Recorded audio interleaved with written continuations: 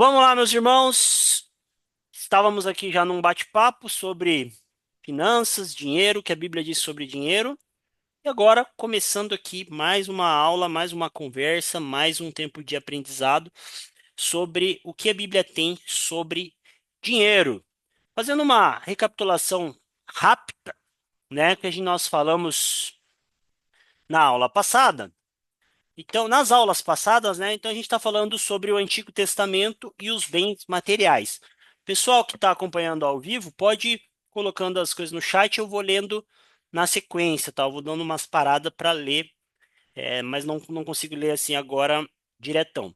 Então a gente falou sobre o Antigo Testamento e os bens materiais, né? Então a gente começou nos livros históricos. Falamos ali do Pentateuco, Gênesis 1 a 11, o que a Bíblia diz sobre dinheiro, Gênesis 12 a 50, os patriarcas, Êxodo 1 a 19, que é até a entrega da lei, né? Então falamos isso na aula passada. Quem está vendo esse vídeo pode acompanhar os outros vídeos também no YouTube, tá? Falamos também, vamos lá continuar, sobre a lei de Moisés, né? Falamos muito na aula passada sobre as leis da posse e da propriedade privada. Então, uma coisa que vale lembrar é que a propriedade privada ela não é absoluta na época do Antigo Testamento. Então, ela, tinha a questão do jubileu, tinha a questão de ajuda aos pobres e tudo mais, você usar a sua propriedade para ajudar o próximo, tá? Tinha a lei contra juros, falamos também na semana passada, então sobre os juros, sobre a usura, né? Eu dei o exemplo meu pessoal lá que é possível você comprar coisas sem juros, é possível você vender coisas sem juros, ou pelo menos sem juros abusivos, né? Você pode ali pegar um pouquinho na inflação para você não, para ninguém perder, enfim, né? Falamos sobre isso, falamos sobre a lei do sábado, né, que era muito importante no Antigo Testamento, para os judeus até hoje, muito importante, que era uma forma de mostrar um dia para você depender de Deus, né? Você não precisa trabalhar todo dia. Deus não cansa, né? Mas mesmo assim ele descansou. Então, como assim, PH? Se Deus não cansa, por que ele descansou? Porque o descanso não tem a ver com não fazer nada. O descanso tem a ver com fazer as coisas certas. Guardem isso. Descanso não é não fazer nada.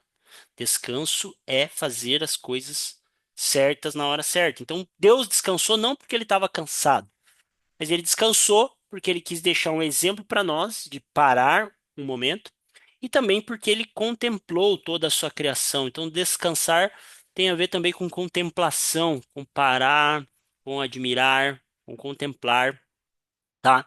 Então, o sábado, o ano sabático, o jubileu, nos lembra isso no Antigo Testamento. Falamos isso na aula passada.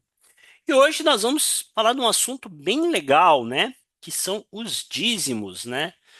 Que é do Antigo Testamento. Então, nós vamos continuar ali falando do Antigo Testamento. Vamos falar sobre as taxas, os dízimos e as ofertas que eram cobrado, né? Que era exigido do povo de Deus na antiga aliança. Lembrando que nós estamos falando do Antigo Testamento. Então, tudo que eu estou falando agora, eu não estou dizendo se é aplicável nos dias de hoje, sim ou não. Eu estou falando o que era para o povo de Israel no Antigo Testamento. Mas hoje a gente vai trazer um bate-papo aí sobre dízimo, sobre se é ou não para os dias de hoje. Eu quero já matar esse check, né? Porque quando a gente fala de dízimo, quando a gente fala sobre finanças na Bíblia, todo mundo está esperando esse momento, né? Ah, do dízimo, fala do dízimo, fala do dízimo. Então, hoje, né, nós vamos tentar aí dar a solução final para esse assunto que para algumas pessoas é uma dúvida sincera. O pessoal olha e fala, pô, mas se é lei do Antigo Testamento, por que tem que dar? Por que que não cumpre as outras? Será que cumpre como lei ou coisa do tipo? Será que é um princípio apenas? Será que é um princípio e uma lei? Será que é só 10%? Será que é mais? Então, a gente pode bater um papo, pelo menos começar a bater um papo sobre isso hoje, tá bom? Então vamos lá, pessoal. Taxas, dízimos e ofertas no Antigo Testamento. Como que funcionava? Então, Levítico 27, 30, 33 ordena 1/10 de todos os produtos da terra do gado seja dado ao Senhor. Então, a instituição do dízimo. Então, começa ali no Antigo Testamento, o primeiro dízimo é 1/10, ou seja, uma parte de 10, o dízimo, de todos os produtos da terra, do gado, de tudo aquilo que você trabalhasse. Se você trabalha com produto da terra, dízimo do produto da terra. Se trabalha com gado, dízimo do gado. Se trabalha com qualquer coisa, 1/10 é do Senhor. E para que que serve, né? Então, os versículos estão aí na tela, não vou ficar lendo nem abrindo, mas para que que serve? Que era levado aos levitas porque era a única fonte de renda deles. Lembra, gente? Existia 12 tribos, tá? 12 tribos, dessas 12, tinha uma que não trabalhava no campo, que não trabalhava no gado. Ela fazia o quê? Ela cuidava só do templo, que era a tribo de Levi, que é de onde vêm os levitas. Então, como essa tribo não tinha uma fonte de renda própria, não tinha tempo para isso, porque ela precisava focar no quê? Na no serviço do templo, que era bem complicado, né? Era muitas coisas, então era sacrifício. Então as pessoas falam assim: ah, eu sou levita, né? Não somos mesmo, né? O cara que toca na igreja, né? Ah, eu sou um levita. Não, não é, porque você não é da tribo de Levi e porque a gente não faz 1/10 do que eles faziam. Então era sacrifício, era cortar animal, era separar cereal, era limpeza e queima o resto que sobra e faz isso e cuida do tempo. Era um trabalho realmente braçal. E eles precisavam de sustento. Quem que sustentava eles? As outras 11 tribos, tirando 1/10. Então olha que funcionava bonitinho. Tinha 12 tribos. 10 dessa tribo, 10 dessa, 10 dessa, 10 dessa, dava certinho para sustentar a única tribo que não tinha uma renda própria, mas ficava ali focada nas coisas do Senhor, tá bom? Então, para isso que servia o dízimo. Também tinha um dízimo que era a cada 3 anos, eles eram encaminhados não apenas aos levitas, mas também aos órfãos. Então, a cada 3 anos tinha um outro dízimo, fora esse dízimo, tinha um outro dízimo, um dízimo especial, que era levado aos órfãos e às viúvas, tá? Então já é a cada 3 anos você tinha que dar o dízimo normal dos levitas, mais uma décima parte ali para os órfãos e as viúvas. Então imagine que você ganha R$ 1.000. Todo mês, né? Vamos pensar assim, todo Vamos pensar todo mês, tá? Mas era toda a colheita. Mas vamos pensar todo mês. Então você ganha R$ 1.000 por mês. Lá na época, tô falando lá daquela época, você tira 100 para dar para os levitas. Mas a cada 3 anos você tirava 100 mais 100 que era para os órfãos e necessitados, tá bom? E também, o que mais que tinha de taxas daquela época? Tinha um imposto baseado na renda da pessoa. Então, fora o dízimo, fora esse dízimo a cada 3 anos, você tinha um imposto que era baseado na renda, também que era para ajudar nas coisas do tabernáculo, do templo, naquelas coisas. Então, o que que era esse? Era baseado na renda. Então, se você ganhava muito, você dava muito. Se ganhava pouco, você ganhava pouco. Mas era uma porcentagem. Então, essa taxa baseada na porcentagem é interessante por quê? Porque ela mostra que tanto o rico quanto o pobre, eles precisam ser obedientes na questão de doar. Então, se você ganha 10, é em cima dos 10. Se você ganha 1.000, é em cima dos 1.000. Se você ganha 20.000, é em cima dos 20.000. Então, traz um princípio muito importante. Olha só, um resumo de todas as taxas e dízimos prescritos em determinado momento no Israel Antigo é impressionante, tá? Quem fala isso é o livro que a gente está usando, né, do Bloomberg. Então, ele diz o seguinte: olha um resumo das taxas. Trabalho forçado sobre a monarquia, impostos reais, tributos emergenciais em tempos de guerra, impostos do templo, os restos deveriam ser deixados durante os anos sabáticos, o jubileu, primeiros frutos, outras ofertas voluntárias e o dízimo triplo, tá? Olha o que que é o dízimo triplo. Dízimo triplo é o seguinte: primeiro, o dízimo de Levítico, a gente falou, os 10% para a tribo de Levi.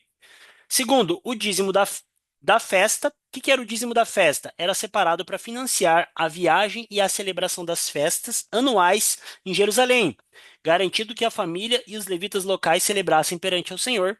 Então você tinha uma décima parte que era da festa, você tinha a décima parte que era dos levitas, e a cada 3 anos você tinha o dízimo do pobre, que é aquele trienal, né? Que é a cada 3 anos. Então, uma pergunta, né? Que eu faço para vocês. Quem cobra mais dízimo? Ou ofertas ou taxas? Você acha?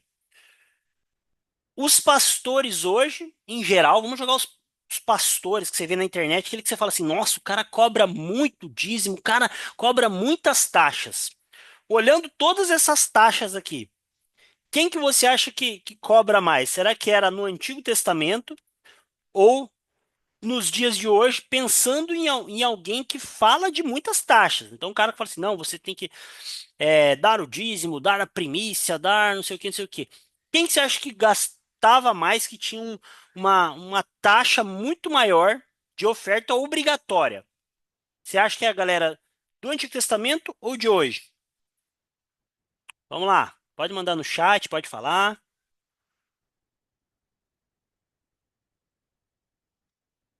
Clique, clique. Hoje ou antigamente? O Antigo? Valdomiro Santiago. O Valdomiro ele pede o trízimo, né? Aí você vê que ele está baseado aí na Bíblia, porque tem 3 dízimos mesmo no Antigo Testamento. Agora a pergunta, né? Será que é para os dias de hoje? Então o Oberdan colocou ali o antigo. Claro que é o antigo. Você vê que você tinha muitas taxas que eles pagavam, obviamente com alegria, com amor, tá? Então sobre o dízimo é isso que é a estipulação, né? Isso que era estipulado. Estipulação não, isso que era estipulado. Então você tinha o dízimo, você tinha as ofertas, você tinha muita coisa. Então, antes da gente ir para as leis, outras leis, né, com relação à justiça para o pobre, eu quero falar um pouquinho para vocês sobre o dízimo. Vamos lá. Vamos ser sinceros, meus irmãos. Vamos ser sinceros aqui. Deixa eu até voltar aqui sobre o dízimo. Deixar aqui essa tela aqui. Sobre o dízimo, eu quero ser sincero com vocês. Quando a gente lê, por exemplo, nós vamos passar mais para frente por Malaquias 3:10, né, que é o clássico do dízimo, que fala sobre o dízimo. E essas leis do Antigo Testamento, eu quero que vocês me respondam aí, tá? Hoje nós temos que sustentar a tribo de Levi, sim ou não? Sim ou não? Não. Bora, galera, bora, bora, bora participar. Preciso da ajuda de vocês aí. Não, obviamente não, tá? Não temos que sustentar a tribo de Levi, porque a tribo de Levi já se perdeu no mundo aí, não achamos mais eles. Beleza? Então, os dízimos não é como no Antigo Testamento, tá? PH, então não precisamos dar o dízimo? Como lei, não. Mas agora eu quero abrir uma outra janela. Vamos lá. Tribo de Levi, não. Gostei da resposta da Pamela. A tribo de Levi, não. Agora eu quero fazer outra pergunta. Existe alguém ou alguéms, né? Alguns, algumas pessoas, e não tô falando nem da nossa igreja, imagine todas as igrejas do mundo. Existem algumas pessoas que são dedicadas apenas ao trabalho eclesiástico, pensando em todas as igrejas, que elas não possuem renda, mas que trabalham por aí? Sim ou não? Existem pessoas que só trabalham para o reino, sem ser bivocacional? O cara trabalha como pastor, como padre, como freira, como diácono, como reverendo. Sim, existem. Missionários.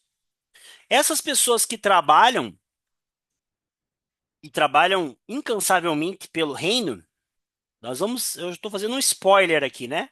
Mas a gente vai ver lá no Novo Testamento que a Bíblia fala que elas são dignos de duplo salário, dupla honra, tá? Mas, voltando para o dízimo.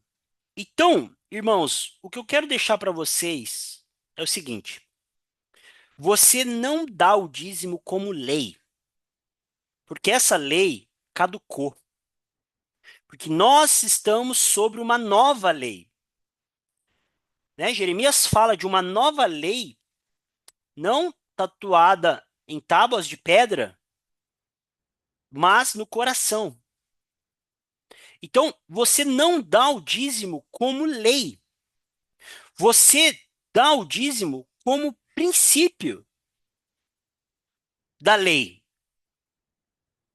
Porque até porque o dízimo, ele é antes da lei. Antes de ter a lei de Levítico, Abraão do nada olha para Melquisedeque e fala assim: "Eu quero dar o dízimo do que eu tenho para Melquisedeque". Muito antes de Moisés, os pais de Moisés nem casado era, nem existiam. Então, guardem isso, porque nós temos extremos. Quais são os extremos? A pessoa que pega Malaquias e fala assim, ó, se você não dá o dízimo, o devorador vai na tua casa, vai queimar teu chuveiro, vai furar o pneu do teu carro, ele vai comer, vai vir o devorador, o migrador, e, e você vai perder tudo que você tem. Eu concordaria com essa pessoa. Se eu tivesse no Antigo Testamento, eu falaria assim. Como já passou muitos anos e nós estamos debaixo de um novo testamento, pense em testamento, irmãos, como uma constituição. Tem como eu. Qual que é a nossa constituição hoje? É a de 1900 e. Cadê a galera do direito? 88. 88. Tem como eu ser condenado pela Constituição de 1900 e, sei lá, 22, 50? Não tem, né, meus irmãos? Porque ela caducou. Existe uma nova lei. Existe um novo padrão. Então, você não pode pegar, por exemplo, Malaquias e falar assim: olha, se você não der, o devorador vai destruir tua casa. Só que existe um outro extremo que é, então não dou nada. Que aí também eu acho complicado. Por quê? Eu acho complicado. Porque quando você não dá nada, você está ignorando um princípio. Qual que é o princípio que você está ignorando? O princípio de que existem pessoas que dependem do reino. Vocês viram que eu levantei a mão e levantou uma mãozinha ali do nada? Que isso, cara? O negócio que tá muito. Deixa eu abaixar minha mão aqui. Eu fiz assim, levantou uma mão, olha. Que coisa. Então, existe um princípio muito claro de que pessoas dependem do nosso dinheiro para poder fazer aquilo que a gente não pode fazer. Pastores, líderes, diáconos. Mais uma vez, não estou falando da nossa igreja, estou falando de toda e qualquer igreja, tá? Então, o que eu tinha para falar sobre o dízimo é bem simples. O dízimo não é obrigatório como lei. O dízimo, ele é necessário como princípio. O princípio do dízimo. Mas é 10%, PH? Por que tem que ser 10%? Olha, não é que tem que ser 10%, você pode dar muito mais. Pode dar 20, 30, 40, 50. PH, posso dar menos? Pode. Mas eu penso o seguinte, se a graça ela supera a lei, por que não a gente colocar a lei pelo menos como um mínimo, né? No mínimo eu vou fazer o que está na lei, mas sempre progredir para fazer mais. Agora eu quero dar um testemunho pessoal. PH, a gente pode se basear em testemunho pessoal? Não. Temos que se basear na Bíblia. Mas os testemunhos pessoais ajudam a nos motivar, né? Traz fé pra gente. Quem aí dá o dízimo todo mês? Brincadeira, não precisa responder. Mas eu vou confessar aqui um pecado e contar um testemunho. Vamos começar com a parte ruim. Como alguns sabem, né? Eu fui fazer tive minha fase rebelde, né, RBD, saí da nossa comunidade local e aproveitei nesse período para pecar na questão do dízimo. Falei assim, não, o dízimo é coisa da lei, e realmente é, mas ignorei o princípio e falei assim, não, já que nos lugares que eu passei as pessoas não enfatizavam muito a questão do dízimo, nem falavam essa palavra, eu aproveitei para não dizimar. Coincidentemente, a minha vida financeira rebentou total. É dívida, é coisa, e dinheiro não dá para nada, e não dava para nada, não dava para nada. Só história triste, né? Se eu contasse minha história pra um carroceiro na rua, até o burro, até o cavalo chorava. E aí o que aconteceu, né? Acabou que o senhor foi direcionando, voltei para minha comunidade local. É, no mesmo tempo que eu voltei, eu fiz um propósito com o senhor. Eu falei, senhor, quero voltar a ser dizimista. E nesse mesmo tempo eu abri uma empresa de elétrica, troquei de emprego, então foi tudo meio na mesma época. Eu falei, Senhor, tudo que entrar na minha mão, seja R$ 1, eu vou dizimar na hora. Então eu peguei lá o Pix da igreja, falei, Senhor, tudo que entrar na minha mão vai ser papum. E eu abri a empresa, e quando eu abri a empresa, todo começo de empresa é difícil, então fazia servicinho de R$ 10. Não, R$ 10 não, né? Fazia serviço de R$ 100, R$ 50, R$ 70. Serviços pequenos, cobrando barato. R$ 30 eu cheguei a fazer, serviço de trintão. A pessoa me pagava, o que que eu fazia na hora? O cara me dava trintão, eu já mandava R$ 3 de dízimo. R$ 4, R$ 5, R$ 10, né? Mas eu falei, cara, vou ser fiel. Também recebi o meu salário da outra empresa, já era um salário bom, e também já. Cara, e aí, resumo da ópera, né? Para não ficar aqui contando da minha vida, o Senhor fez algo assim inimaginável. A minha empresa prosperou muito. Em menos de um ano, graças a Deus, os meus dízimos são bem maiores. O Senhor tem sido bom, estou conseguindo me livrar de muitas dívidas que eu achava que não conseguiria. Enfim, sendo lei ou não, tá dando certo. Claro que não é lei, né, meus irmãos? Acabei de falar aqui. Mas o princípio funciona. O princípio de você dar o primeiro, de você dar o melhor. Então, olhe o dízimo. Se você que está aqui nessa aula, ou você está vendo esse vídeo, né? Olhando para a câmera aqui agora, né? Você aí, que não dá o dízimo. Você fala, ah, isso é coisa da lei. Blá, blá.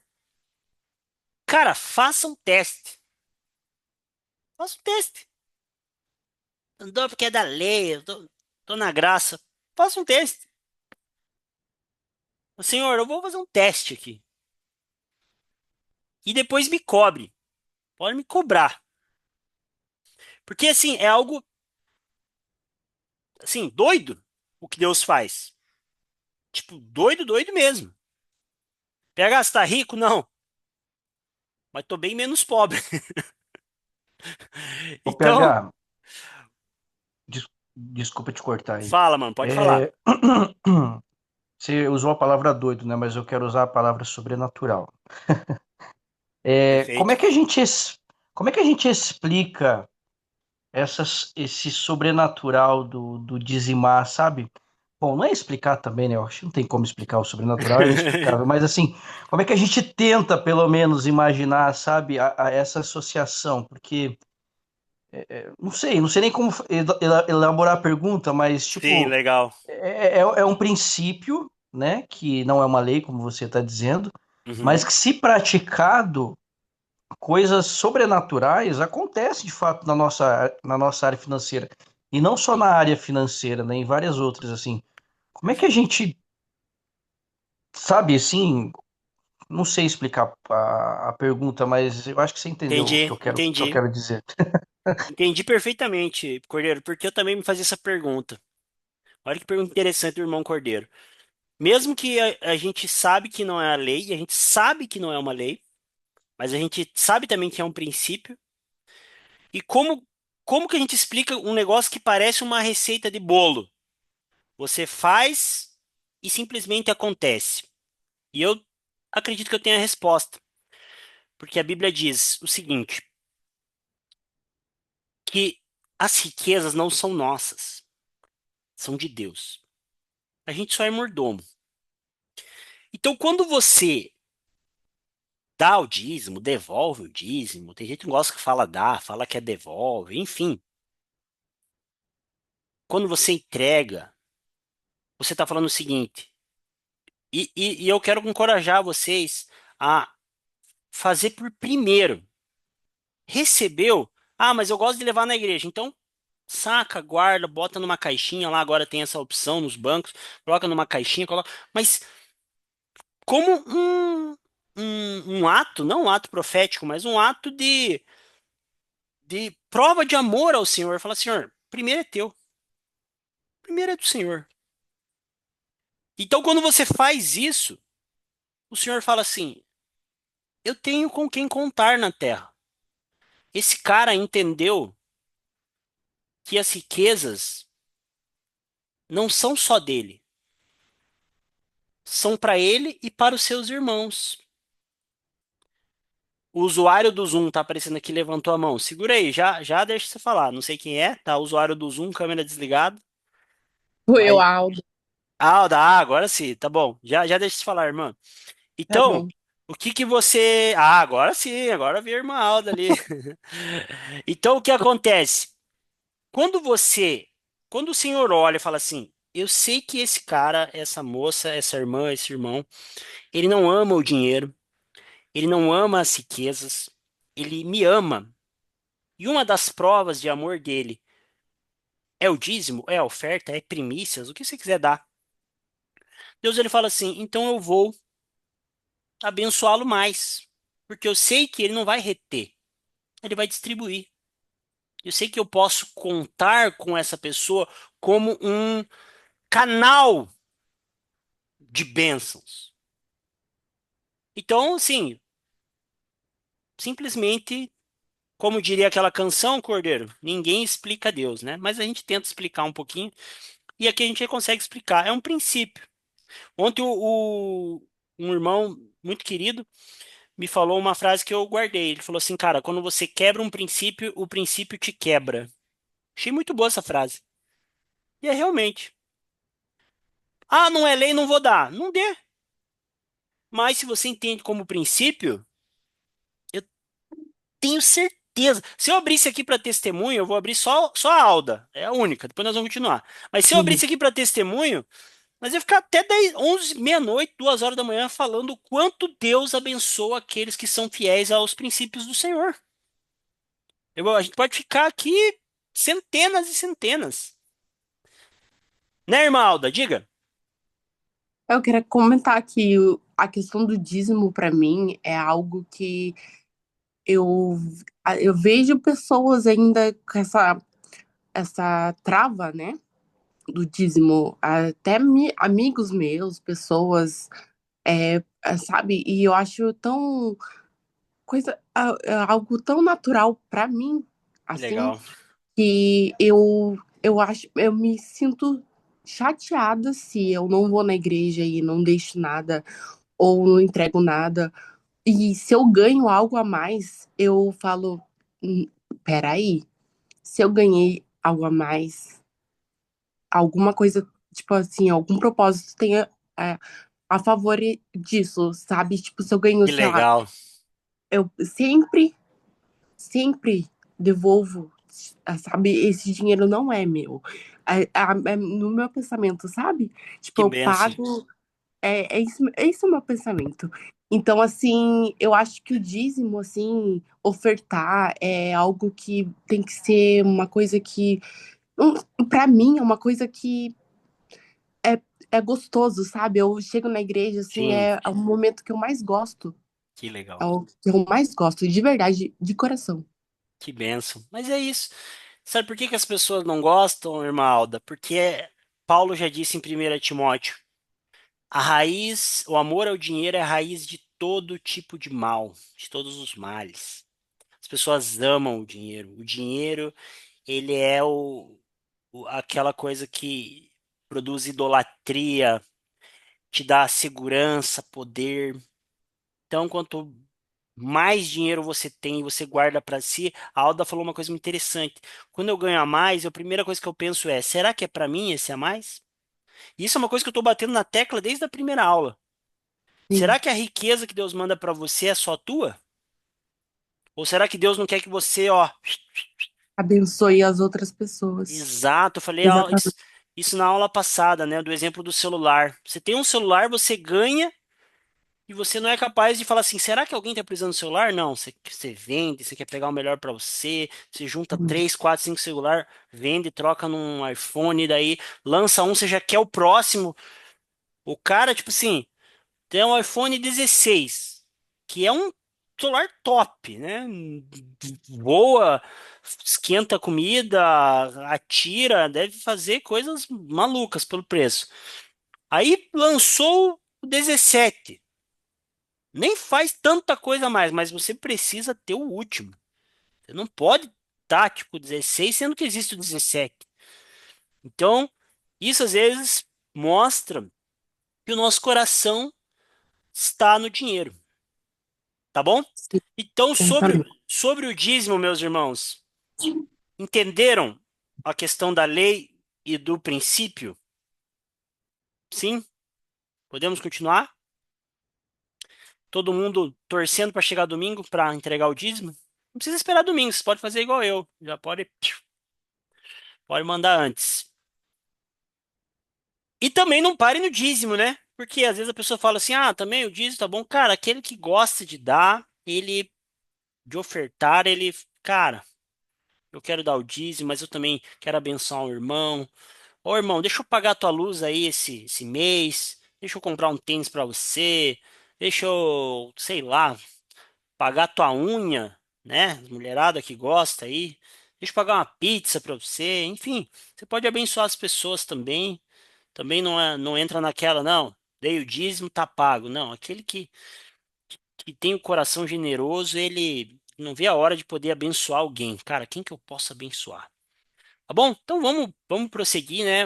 Eu queria já matar essa do dízimo para a gente não ficar com isso na cabeça. Às vezes a pessoa tem essa dúvida, então a gente partiu para frente agora, né? Não é lei, é princípio e aqueles que fazem uso desse princípio são muito abençoados. Tá, outras leis que também têm em relação à justiça para o pobre. Então existem alguns mandamentos ali no Antigo Testamento muito muito evidentes sobre a justiça ao pobre. Então, uma delas, né, que está ali em Levítico 19:9, os textos que estão na tela. Os fazendeiros eram ordenados a não rapar a colheita. Então, o pessoal que trabalhava na colheita, o que eles faziam? Iam lá, recolhiam tudo, só que sempre fica um restinho. Ficavam uns milhos ali, uma soja, estou dando exemplos, né, que a gente vê por aí bastante, alface, enfim. Claro que no Israel eram coisas diferentes. Então, o que acontecia? Ficava aquele ali para trás e a lei era não recolha o que caiu no chão, deixe para os pobres. Então, o cara continuava, aquilo que ele pegou, pegou, aquilo que ficou para trás, os pobres vinham depois rapando aquilo que ficou para trás, tá? Outra lei. Diversas passagens requerem que o povo de Deus não maltrate o estrangeiro, o forasteiros, né, em seu meio. Então, o estrangeiro, o povo de Israel, ele era um povo abençoado, ele era um povo específico, que veio das 12 tribos ali, dos 12 filhos de Israel, né? Jacó, depois virou Israel, veio os 12 filhos, 12 tribos e tal. Só que a palavra que tinha para Abraão era: você será bênção para as nações, não é só para vocês. Então, eles tinham uma leis que diziam para você amparar o estrangeiro, amparar o pobre, que muitas vezes o estrangeiro era alguém pobre, alguém que foi vencido em guerra, ficou como escravo, ficou na região de Canaã, e ele precisava ser amparado, não era para você maltratar só porque ele era estrangeiro. Vamos trazer uma questão social hoje dos nossos dias. Qual povo que você vê bastante nas ruas aí, estrangeiro no nosso país? Que está bem comum agora nos comércios. Qual povo? Venezuelanos. Venezuelano. Então, por exemplo, na nossa cidade aqui em Curitiba, quem está vendo esse vídeo, não sei se é assim no Brasil inteiro, mas aqui em Curitiba, São José, região, existem muitos, muitos mesmo venezuelanos. Então é uma coisa bem comum. Você está andando na rua, as pessoas estão falando espanhol e tal. Então, qual que é a nossa missão como igreja? Um princípio que a gente tira do Antigo Testamento. Não como lei, como princípio. Ajudar o pobre estrangeiro, né? Ou você vai dizer assim, não, não, não, não. Você está vindo aqui pegar a riqueza da nossa terra. Está tirando nossos empregos. Tem gente que pensa assim. Está invadindo a nossa terra, tirando o nosso emprego. Mão de obra mais barata. Porque, literalmente, muitos, muitos, muitos passavam fome no seu país. Então eles chegam aqui e falam assim, poxa, para quem passava fome, eu estou tranquilo com um salário. Para quem não tinha nada. E às vezes o povo daqui, cristão, não vai pensar isso, né? Mas pode acontecer dele pensar, não, ele está tirando meu emprego e não sei o quê, não sei o quê. Então, um princípio que a gente tira do Antigo Testamento é esse, de você não maltratar o estrangeiro, pelo contrário, você ajudá-lo, tá? Eles precisavam lembrar que eles também eram o quê? Forasteiros, estrangeiros aonde? No Egito. O povo foi estrangeiro no Egito e foi maltratado no Egito. Então, o que eles têm que fazer é diferente, eles ajudar o estrangeiro. Outra lei, né? Eles tinham uma tabela variável de oferta de sacrifício. Então você tinha uma tabela, entre aspas, né? Não existia tabela, não existia Excel naquela época, né? Então eles tinham várias pragas, mas essa praga do Excel não existia, né? Brincadeira. Ah, eu gosto do Excel, mas existia uma tabela, né? Variável, existia uma coisa na lei de Levítico que era o seguinte: a pessoa que era mais pobre, ela tinha permissão de substituir a ovelha, o cordeiro, o boi, por uma rolinha, por um pombo, né, um bichinho mais jovem. Então você que não tinha um cordeiro para apresentar no sacrifício no templo, você poderia levar uma pombinha. Você só não poderia ir de mãos vazias. Olha que interessante, né? Um outro princípio para hoje. Ah, PH, mas eu queria ofertar, dizimar, mas eu ganho pouco. Ué, ninguém está pedindo para você dar todo o teu salário. Ninguém está pedindo para você esperar ganhar mais. Você só precisa de um pouquinho. Não tem a ver com valor, quantia, tem a ver com coração. Vocês lembram de alguém no Novo Testamento? Vou dar uma dica. Alguém no Novo Testamento que, quando foi ao templo, levou uma rolinha, um pombinho jovem? Cara bem famoso. Uma família, assim. No começo dos evangelhos. Jesus. A Lulu abriu a porta e falou Jesus. E fechou a porta. José. José, Maria, né? Foram lá e por quê? Porque eles eram pobres. Mas eles não deixaram de ofertar. Fizeram aquilo que estava na lei, que era para aqueles que não tinham cordeiro. Olha que benção. Então, outra coisa, Deuteronômio 24:6 insiste que uma pessoa não deve tomar o sustento de outra como promessa. Então, eles não poderiam pegar, tipo assim, você está me devendo. Aí o cara fala, não, estou te devendo. E o cara que está devendo trabalha com boi. Você não poderia falar assim, então me dá o teu boi para me pagar. Não, porque você tiraria o sustento dela. Você não poderia pegar nada como forma de pagamento que tirasse o sustento do outro, tá? Então, algumas leis bem claras ali no Antigo Testamento sobre o pobre, né? Ajudar o pobre. Então, conclusão sobre o Pentateuco e riquezas. Visto que Deus pretendia que a lei israelita instruísse as nações, os princípios devem encontrar alguma aplicação em todas as culturas. Ou seja, visto que Deus queria abençoar todo mundo, a gente pode pegar princípios, mesmo que nós não somos a nação de Israel hoje, a gente pode pegar princípios da nação de Israel e aplicar nos dias de hoje. tá? Christopher Wright mostra 4 aspectos importantes da economia redimida, ou seja, 4 coisas que Israel fazia que a gente pode e deve aplicar nos dias de hoje. Uma das coisas é acesso compartilhado à terra, ou seja, talvez você não tenha um pedaço de terra, mas compartilhar os seus bens. Talvez você tenha um carro, talvez você tenha uma casa que você pode compartilhar, né? Eu tenho uma irmã aqui, eu não vou falar quem é, mas tem uma irmã que está aqui na aula com a gente, que é a irmã que eu mais vi pessoas dormindo na casa dela, pessoas desconhecidas. Vamos ver se ela vai se ligar que eu estou falando dela. Mas toda vez que eu ia na casa dessa irmã, sempre tinha alguém desconhecido lá. Era um missionário, ó, ela já viu que é ela, já anotou ali, né? É um missionário, era alguém da Jocum, era alguém não sei aonde, é uma irmã e irmão, né? E tal. Então, eu sempre admirei isso, porque eu falava assim, cara, é a hospitalidade. Ou seja, ela pegou a terra dela, o bem dela, e tá usando para quê? Para abençoar outras pessoas. Então, isso é uma bênção. Pode ser a casa, pode ser o carro, pode ser o seu dinheiro, pode ser os seus livros, pode ser. Então, às vezes as pessoas ficam aquela coisa, ah, não, isso aqui eu não empresto. Ah, isso aí que quebra. Quebrar, quebrou, irmão. Quebrar, você compra outro, né? Pede pro irmão cuidar, irmão, tô te emprestando meu bem, me devolva.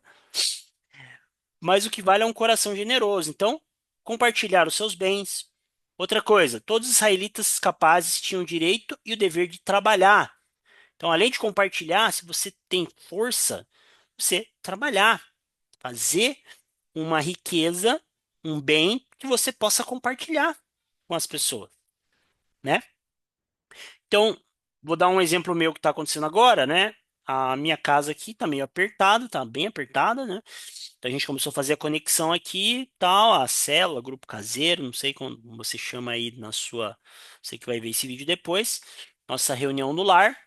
E também eu não tenho onde estacionar o carro porque eu moro numa avenida. E a gente estava orando, falando, Senhor, essa casa aqui já apertou. A gente precisa receber as pessoas. Eu quero receber a EBD na minha casa, mas não posso receber a EBD na minha casa por conta de estacionamento, espaço. Se o Senhor puder, Senhor, nos ajude a ir para uma casa maior. E, ao que parece, vamos mudar de novo, né? Vamos mudar para uma casa maior, né? É, já está meio que certo, então. Para quê? Para que a gente possa receber. Já estou imaginando a gente fazendo a EBD nessa casa maior, recebendo as pessoas e tal. Por quê? Porque é um bem do corpo, do corpo. Ontem à noite estava orando sobre isso, falei, Senhor, será que eu presto essa casa? E o Senhor falou, filho, né? É pro corpo. A casa não é tua. A casa não é para você. Não se ache. Não ache que é para você essa casa. Você só é você só é um pobre vassalo que vai ser usado para abençoar outras pessoas. Não acho que você é a última bolacha do pacote que a casa é para você. Eu só vou largar na tua mão para você administrar, cuidar bem dela e abençoar outras pessoas, receber outros irmãos. Falei, tá bom, Deus, entendi. Desculpa. Tá? Outra coisa, os bens materiais eram validados e colocados sob cuidados, restrição e crítica. Ou seja, não é porque é teu bem que você faz o que quiser com ele, muito pelo contrário. Toda vez que alguém tinha um bem, um terreno, alguma coisa, era sempre incentivado a você usar isso em favor do próximo. Nunca só para você. Então, meus irmãos, fica aqui um conselho. Pare com esse negócio de meu, tudo é meu, meu. Compartilhe, meu irmão. Compartilhe. Ah, mas eu não consigo, PH, eu tenho medo que a pessoa vai destruir minhas coisas. Então, som do teu coração, será que não precisa haver aí uma conversão nessa parte? Apenas nessa parte, não estou dizendo que você não é convertido, mas apenas nessa parte, talvez você tenha um bezerro de ouro aí escondido, né? Um ídolo. Como você pode ter em outras partes da vida, né? Tem pessoas que não têm o ídolo no dinheiro, mas tem outros ídolos em outras áreas. E, como João Calvino bem disse, nosso coração é uma fábrica de ídolos. Então a gente sempre tem que estar destruindo um bezerrinho de ouro que a gente cria, né? Sempre tem que estar destruindo ali os nossos ídolos. Por último, uma grande preocupação com os pobres. Também é outra coisa que a gente aprende no Antigo Testamento, tá? Então, saindo do Pentateuco, deixa eu ver que horas são aqui. Alguém me diz que horas são aí, por favor? Eu tô sem relógio. 9h24. Cedo, cedo ainda. Então, olha só. Saindo do... Perdão, quando for 10 para as 10 aí, me avisa, por favor. Dá um grito. O Berdão Ok. ou o Cordeiro, não sei quem falou aí. Os caras têm a voz muito parecida. Um dos dois. Vamos lá. O Oberdan, ele gosta de falar horário, né? Ele sempre levanta a plaquinha do horário aí, né? Uns rolê nossos. Vamos lá. Livros históricos. Terra Prometida, Obediência e Desobediência. Então a gente sai do Pentateuco agora. Vamos fazer uma caminhada histórica. Eu adoro história. Amo falar de história, né? Então vamos lá. Saiu, né? Moisés, acabou o Pentateuco, beleza? Vamos entrar na Terra Prometida. Josué tá ali para entrar. Jericó, toda aquela coisa, entra na Terra Prometida, passa um tempo ali chamado tempo dos juízes, né? Aquele ciclo dos juízes, né? Qual que é o ciclo dos juízes? O povo peca, vem um inimigo de Israel, né? Ataca Israel, Israel perde, Israel clama por um libertador, Deus levanta um juiz. Então, vamos pensar um bom juiz, Otiniel. Deus levanta Otiniel, um bom juiz. Ele juíza, né? Ele governa com muita temor a Deus, acaba as guerras, o povo volta a pecar, esse juiz morre, o inimigo ataca, eles clamam por outro juiz e vai. O livro de Juízes é o tempo todo assim, é um ciclo infinito, tá? Então, aí vem a monarquia, aí os reis, né, da monarquia, Saul, Davi, Salomão, o reino é dividido e vem os exílios, tá? Vamos falar sobre isso. Então, o tema principal dessa parte histórica não é as riquezas, tá? Então, você vê que a Bíblia fala muito mais de riquezas e posses ali na época de Abraão, Isaac, Jacó, mas esse tema, obviamente, está lá.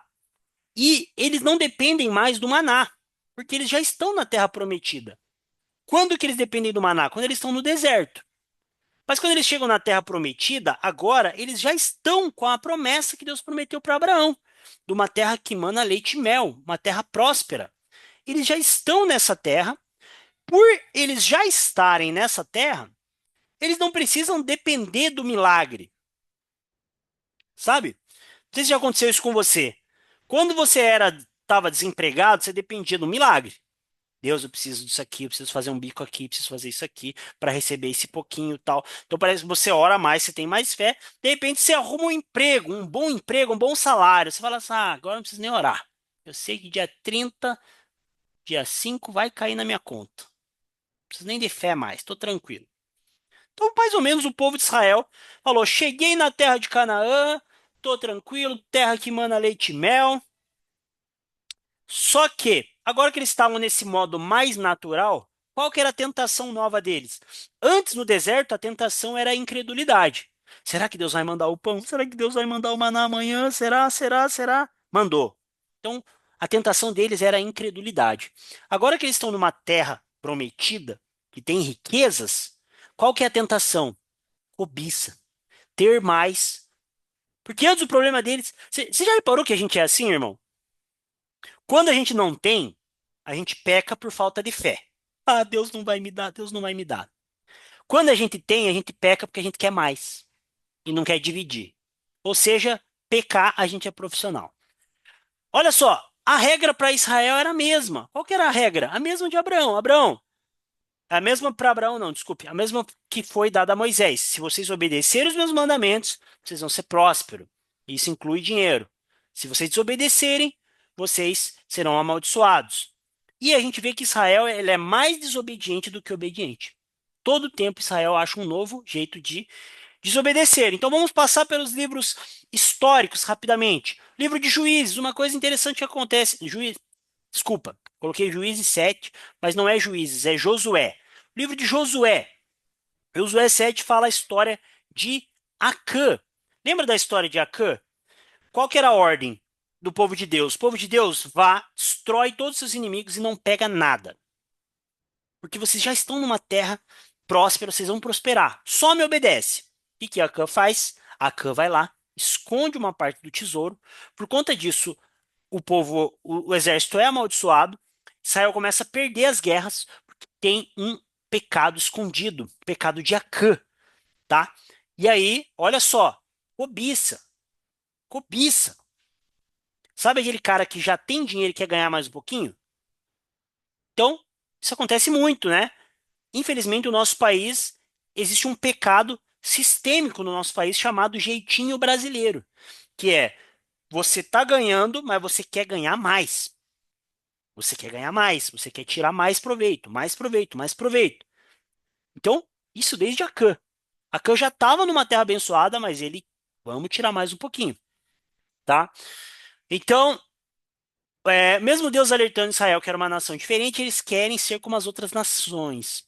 Olha que interessante. Passa Josué, Juízes, Ruth, né, ali na Bíblia, aquela parte da Bíblia, e aí chega a parte da monarquia. O que acontece? Deus, nunca foi a vontade de Deus ter um rei. Deus ele queria fazer o seguinte: vocês serão uma nação diferente, que eu mesmo vou ser o governante de vocês. Uma nação teocrática, Deus governa. Só que a nação de Israel, ela está ali no tempo dos juízes, dá ali a 1 Samuel, 2 Samuel, está naquele período em que a nação ela começa a pedir um rei. Então a nação de Israel olha as outras nações, mas ele tem rei, ele tem rei, ele tem rei, por que que eu não quero? Eu quero um rei, eu quero um rei, eu quero um rei. E aí Deus fala assim: tá bom, já que vocês tanto querem um rei, eu vou dar um rei para vocês. E aí Samuel vai lá, unge Saul, e agora que eles são como outras nações, que quer os reis, Israel começa a passar pelos problemas que outras nações vão ter, que é o problema de juros, de impostos. Já que vocês querem um rei, vocês vão receber aquilo que um rei faz. Afinal, um rei é pecador. Se eu administrasse vocês, o próprio Deus, vocês não teriam isso. Mas como vocês querem um rei como as outras nações, toma o rei de vocês. E aí aparece Saul, né? Saul peca, você sabe lá toda a história. Vem Davi. Então, por conta da desobediência, é, eles foram muito ricos. Talvez você olhe e fale assim, como assim? Por conta da desobediência, eles foram muito ricos? Calma. O que acontece? Passa Saul, vem Davi. Davi, ele é um homem segundo o coração de Deus. Apesar dos seus pecados, apesar daquilo que ele faz. Josué 7, é isso, né? Obrigado, Noemi. Eu coloquei juízes lá, mas eu coloquei errado. É Josué mesmo. Então, olha o que acontece. Eu coloquei 8? Deixa eu ver aqui. Ah, não. Eu coloquei Juízes 7, mas é Josué 7. Então, olha o que acontece. Davi, ele é muito vitorioso. Deus começa a abençoar muito a Davi. Muito, muito, muito mesmo. Ele começa a ganhar muitas guerras, ele começa a ficar muito rico, muita riqueza. Só que essa riqueza que Davi recebe, ela tem um destino, que era construção do templo, não só do templo, mas do reino de Israel. Muralhas, infraestrutura, templo. Não era uma riqueza para ostentar, era uma riqueza para servir o povo de Deus, tá? Então, era uma riqueza para ser aplicada no templo, porque o templo era o lugar onde ia ser feito os sacrifícios. Só que a gente tem que lembrar que esse templo foi substituído, tudo aquilo que acontecia no templo, nós temos em Cristo. O templo era uma sombra de Cristo, tá? Os sacrifícios que aconteciam no templo eram uma sombra de Cristo. Então, às vezes as pessoas pegam esse texto de riqueza, porque Davi era muito rico e Salomão era muito rico, a gente tem que ser muito rico. Mas não percebe que essa riqueza deles era para ser aplicado em algo que foi substituído por Jesus, e quando Jesus vem na terra, Jesus não é rico. A gente acabou de falar da rolinha, do pombo que a sua família vai entregar. Jesus também não era pobre, não era mendigo. mas ele tinha uma vida simples. E, ironicamente, né, Constantino e na história da igreja a gente vê pessoas fazendo o quê? Construindo templos luxuosos ao modo da antiga aliança. Né? Até coloquei uma pergunta ali. Até quando vale o investimento em catedrais da fé? Será que o que é mais parecido com o modelo neotestamentário? Não no Antigo Testamento, mas no Novo Testamento. Templos luxuosos ou comunidades que dividem o pão? Não precisa responder. Mas o que lembra mais Atos 2:42, né? Dando uma pista bem fácil. Então, é uma coisa a se pensar. Talvez os templos luxuosos estão mais para o Antigo Testamento, para a Antiga Aliança, do que para a Nova Aliança. Né? Não sei se você já passou ali no centro ali de Curitiba, ali perto da onde tem a catedral ali da igreja do Edir Macedo. É um negócio que foi mais caro que a reforma da Arena da Baixada, para você ter uma ideia. Que eu lembro que na época, eu acompanhei as construções, os valores, né? Porque a nossa empresa ia fazer um data center ali para a Universal, eles estavam querendo fazer um data center. Então é uma coisa, tipo assim, absurdamente luxuosa. Não vou dizer se é certo ou errado, mas vou deixar no ar. Que parece mais esse luxo? Com a antiga aliança ou com a nova? Então, Salomão e as riquezas. Passa Saul, passa Davi. Davi tinha que usar as riquezas no templo. Davi não constrói o templo porque ele se pega na porrada com todo mundo, vence todas as guerras e fala assim: olha, vou construir o templo. Deus fala assim: cara, você já fez demais. Você já matou todo mundo, você já venceu todo mundo, você já está podre de rico. Deixa esse dinheiro que você armazenou agora para o seu filho. E o seu filho vai construir o templo. Então Salomão ele vem com uma missão, tá? Salomão, em um gesto louvável, não buscou riquezas.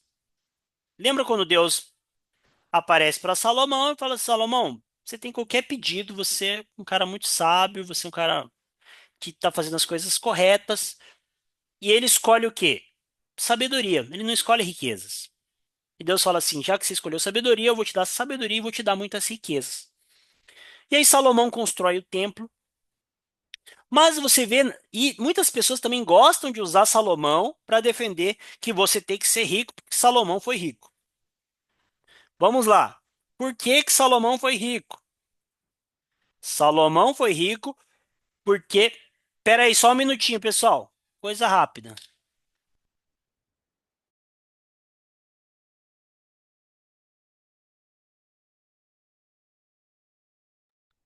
Voltou? Estão me ouvindo? Estão me ouvindo? Estão me ouvindo? Alô, alô, alô, alô. Me respondam. Sim, Oh, tudo obrigado. certo. Fecha a porta, fecha. Não, quero que vocês parem de gritar. Depois tem que cortar isso no vídeo. O pessoal tá gritando aqui em casa, parece casa de louco. Então vamos lá, continuando. O que eu tava falando? Salomão. O que acontece, meus irmãos? Tem pessoas que pegam Salomão foi muito rico e fala assim que a gente tem que juntar o máximo de riqueza possível, ser trilionário, porque Salomão foi rico. Primeiro, riqueza de Salomão tinha um uso específico. Salomão foi o cara que construiu o templo, investiu no templo e tinha essa missão de pegar toda a riqueza que o pai dele armazenou e colocar um foco que era as coisas do Senhor, tá? Salomão, o homem mais sábio que existiu, que recebeu uma sabedoria imputada por Deus no coração dele. Mesmo assim, Salomão recebe três direções. Salomão, não tenha muitas mulheres. Não ajunte muita riqueza, mais do que você precisa, porque você já é muito rico. E não tenha muitos cavalos de guerra, não tenha muito poder bélico. Não precisa tanto. Seu pai já venceu todas as guerras. O que que Salomão faz?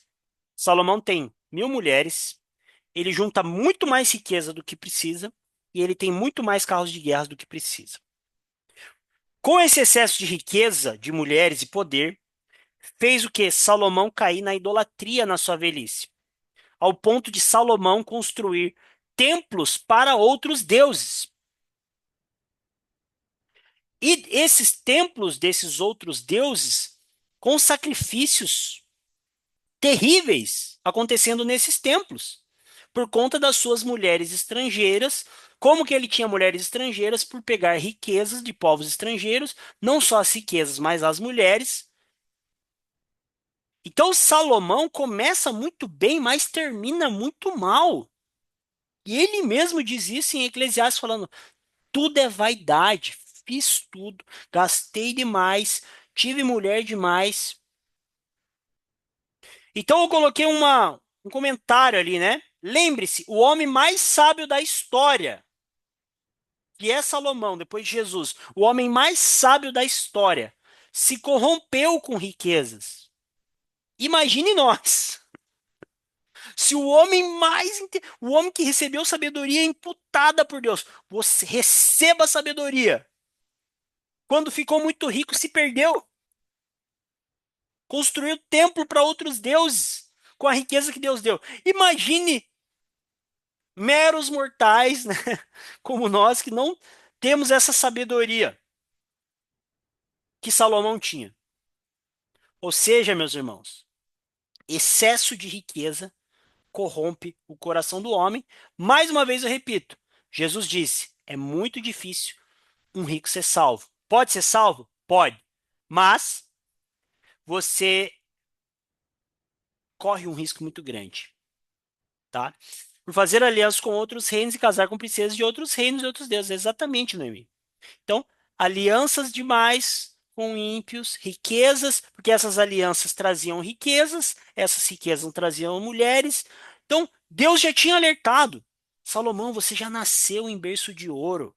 Teu pai já fez tudo o que tinha para fazer, meu amigo. Você já é rico. Você já tem riqueza demais.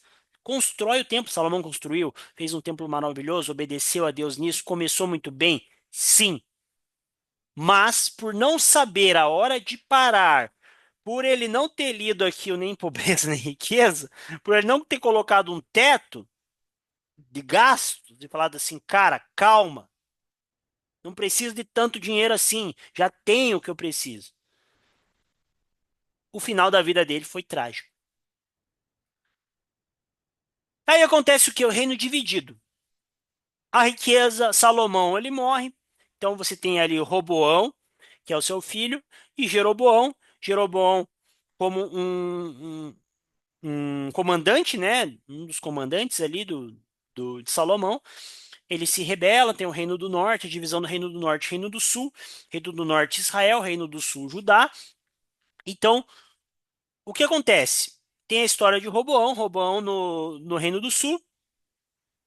Então, a ganância leva Roboão, por exemplo, a alienar o povo por meio do trabalho forçado. Lembra da história?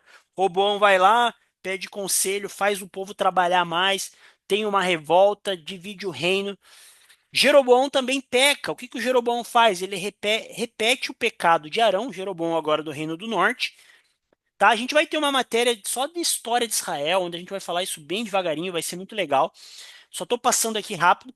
Então, Jeroboão também faz o que Arão fez. Ele constrói dois bodes de ouro, né? Não é um, para idolatria. Ou seja, ele pega o dinheiro, pega o ouro e vai na idolatria. Roboão também coloca trabalho demais para ganhar mais e o povo fica revoltado. Por exemplo, o rei Josafá se torna cada vez mais rico, seguindo os passos de Salomão. Então ele pega dinheiro e dinheiro, fazendo alianças, alianças, até que ele se conecta, né? Usei uma frase dos coaches, né? Usam muito: se conecte com pessoas ricas, né? Ande com pessoas ricas, vislumbre coisas ricas. Os coaches falam isso, né? Se você andar com pessoa pobre, você vai ficar pobre, mas você precisa mentalizar a riqueza, né? Assistam a segunda aula desse curso aqui que a gente está fazendo sobre finanças, que eu falo muito sobre isso, sobre a palavra positiva, né, que os coaches usam muito. Você precisa vislumbrar aquela riqueza, você precisa andar. Josafá fez isso, até que ele se juntou com um carinha chamado Acabe, e tinha uma mulherzinha chamada Jezabel, e vocês sabem como é que acaba essa história. Mas não é só história triste, também tem histórias boas com a riqueza nesse período do reino. Você tem a história de Ruth, né? Ruth tem uma história maravilhosa ali. Boaz era um homem piedoso que tinha dinheiro e usa a sua riqueza para ajudar Ruth, Noemi, né? Então, Esther também, ela está num grau de riqueza, porque ela está ali junto com um imperador e tal, e ela usa a posição que ela tem, né, e a riqueza que ela tem, não de financiar, mas por estar num patamar mais rico, ela usa para ajudar um povo que ia ser um povo pobre, que ia ser martirizado, que ia ser escravizado, ia ser assassinado, na verdade. E ela consegue um perdão em defesa de pobres. Então você tem histórias boas. Também, em contraste com essas mulheres piedosas, tem a história do rei Acabe. Lembra da história do rei Acabe, quando ele cobiça o campo de Nabote e ele olha aquele campo, ele fala: "Eu quero muito esse campo, eu quero, eu quero". E o cara não vai vender. Ele fala: "Não vou vender, não vou vender". E aí Acabe fica bicudinho, né? Fica triste. Jezabel, que é quem manda na casa ali, na verdade, fala assim: "Ó, o que que você tá triste aí?" Não, Nabote não quer vender o campo, faz uma birra. E aí a sua esposa vai lá e manda matar Nabote, né? O espírito ali de Jezabel, a própria Jezabel, né? Que inaugura o espírito de Jezabel, vai e manda matar. Ou seja, o cara já era o rei, mas ele queria aquele campo, ele queria aquele pedaço e direto ou indiretamente ele faz é, o Nabote ser morto, né? Por Jezabel. Então tem um contraste. Eu sei que eu estou meio aceleradão aqui, mas tem um contraste muito interessante com a mudança que a Terra tem de Abraão até a monarquia. Quando a gente fala de Abraão, Isaac, Jacó, os patriarcas, a gente está falando de um povo agrícola tribal, tá? Com o passar do tempo, as coisas vão evoluindo, né? Monarquia, reinado, Israel começa a se tornar um grande centro, um grande povo, uma coisa mais urbana, né? Não urbana no- nas características modernas, mas algo mais, algo que sai dessa coisa agrícola tribal, algo mais imperial, algo mais a ver com reino, né? Com cidades, né? Usando também um termo moderno. E aí o que acontece? Com essa mudança, começa a aumentar o quê? Aquilo que é muito comum nos grandes centros, que é a desigualdade, o abuso do pobre, tá? O pecado da idolatria já está no meio, desde aquela época do campo, né? Então imagine agora, com grandes cidades, com é, um poder de riqueza nas mãos de poucas pessoas, tá? Então, meus irmãos, o pecado ele aumenta, né? O pecado começa a aumentar. E aí você tem o período do exílio, né? Então, o exílio do Reino do Norte, né? Que foi em 722 aproximadamente. O povo foi exilado pelo povo assírio, foi escravizado pelo povo assírio e foi exilado. E o Reino do Sul, aproximadamente 587, com a Babilônia, levando eles.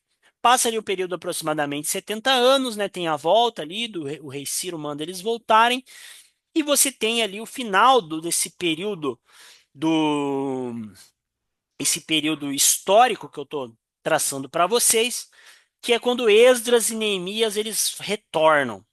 Só que quando Esdras e Neemias retornam, e eles têm que reconstruir o templo, eles têm que reconstruir as muralhas, o que acontece? Você tem uma dinâmica diferente, porque eles não têm mais dinheiro para construir um grande templo luxuoso, como era o templo que Salomão construiu.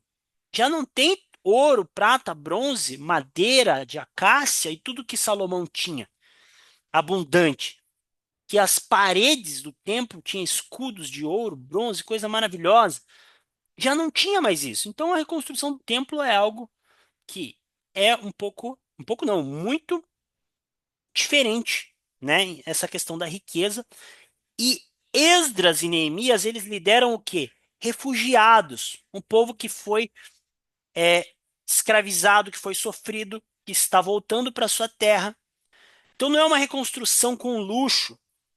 Então, Neemias, o que ele faz? Ele começa a dar muito mais atenção ao que? Ao povo. Agora o foco não é mais tanto no templo. Tinha que construir o templo? Tinha, porque o templo ainda era central na religião judaica, era algo que precisava acontecer para que a presença de Deus retornasse, então eles precisavam da Torá, eles precisavam do templo, eles precisavam da cidade, da terra prometida, da terra santa.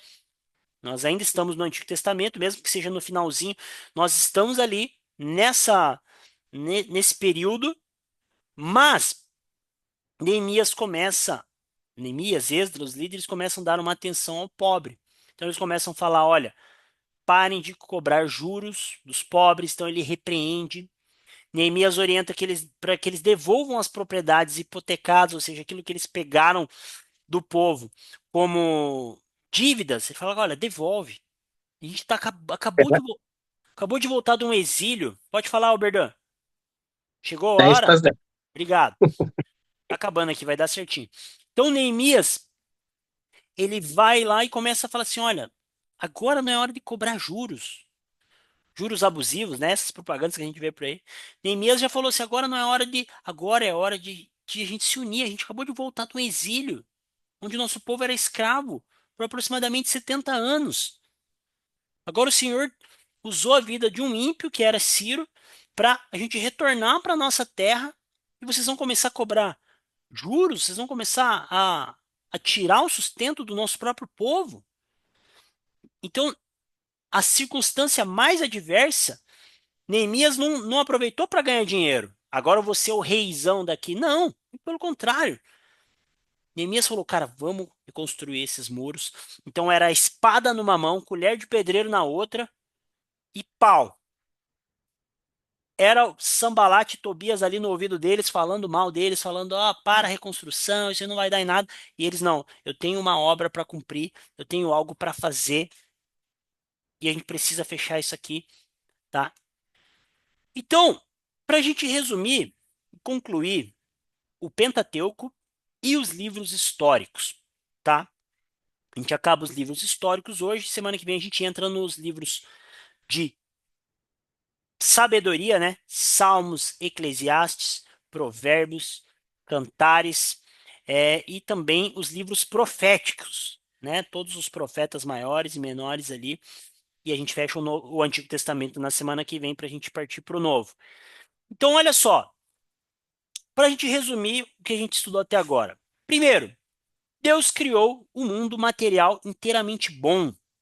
Deus criou o dinheiro, as posses, e viu que isso era bom, né? Não existia dinheiro, obviamente, naquela época, mas todo o mundo material, todas as riquezas da terra, era muito bom. Mas o pecado corrompeu, o pecado estragou, tá? Aí Deus levanta um povo de Abraão, né? A nação de Israel, e essa nação vai ser bênção para o mundo inteiro. E as nações serão abençoadas por causa dessa nação, por causa da fé dessa nação. É prometido uma terra, terra de Canaã, uma terra que emana leite e mel. É estabelecida uma lei. Quando você obedece, você é abençoado, incluindo bens materiais. Quando você desobedece, você é amaldiçoado. Essa lei, ela rege o povo de Israel. Então, você tem princípios que são universais, mesmo no Antigo Testamento. Falei sobre dízimo. Não é lei para hoje? Não é lei. Mas você tem princípios como o princípio do dízimo, que é você bancar alguém que vive para o reino, é um princípio que você tira do dízimo. Cuidar do estrangeiro, você tira das leis do estrangeiro lá atrás, você tira o princípio que hoje nós precisamos cuidar do estrangeiro. O princípio de repartir os nossos bens, repartir aquilo que Deus nos dá. O princípio de guardar um dia da semana. Isso é uma coisa muito interessante também. Porque nós olhamos os nossos irmãos adventistas, uns nem consideram irmão, né? Eu considero irmão, mas alguns falam, não, não é nem meu irmão.